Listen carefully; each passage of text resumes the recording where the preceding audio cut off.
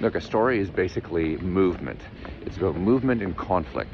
Frequently, it is punctuated by beats, by key moments in the story that lead to the story going into different directions, or at least elevating in terms of the direction. So those moments are beats. And those key moments, there's a pattern to them. They're not just random key moments like, oh, there's an explosion. Oh, there he couldn't get into his car and the killer is chasing after him. Oh, he sneezed on her during their first date. Stories have patterns. They follow patterns, and people are accustomed to certain patterns because we repeatedly experience them, and it shapes our consciousness of how a story is told. So a beat, for instance, will be at a lower level of intensity earlier in the story than later in the story. That's what rising action is that the intensity and the scope of the beat becomes greater as you get further into the story. And so a beat sheet helps you plan that out so you can measure each beat against the other. It's like, oh, in this one he couldn't find bread to make his sandwich, and in this beat he blew up his house. Well, one is obviously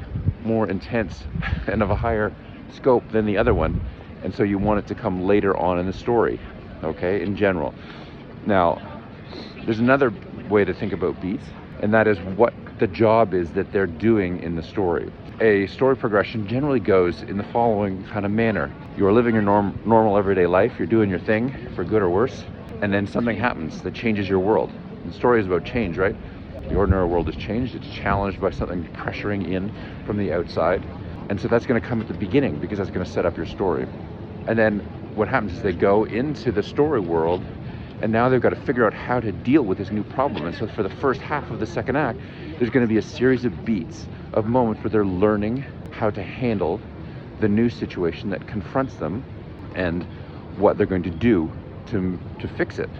And that's the first half of the second act, is that learning process, which is a lot like life, right? You like go off to university, you change from your ordinary world of being at home with your parents, you go off to college or whatever, and then you begin to learn this new subject matter that you're studying.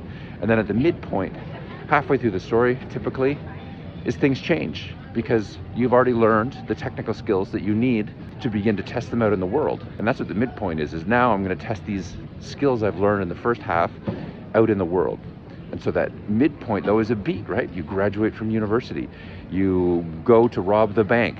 Maybe not after you finish university, unless you've got a big student loan to pay off. And then the second half of the story will be about you putting in practice all that you've learned and trying to solve the problem using those new skills in your arsenal. And then those are the beats of the second half. So you're seeing that the beats are not only about rising action, the beats are also about where you are in the journey of the character. And you want to place them correctly so that it's comprehensible to your readers or your viewers, if you're writing a screenplay, where you are on the journey of that character so they don't get confused about what's going on. And also because there's a certain logic to it, right? If you go and suddenly you throw them into robbing a bank and they don't yet have safe cracking tools and they don't have a team behind them, you're putting the cart before the horse. And so a beat sheet is about organizing those beats and making sure that they are in the right place in relationship to each other, because a story is not only about motion and conflict, it's about relationships. Relationships between those beats, relationship between those characters, relationship between those elements of conflict. I hope you found that useful. If you have any questions, leave them down below, and any comments, please feel free to add them. Bye for now.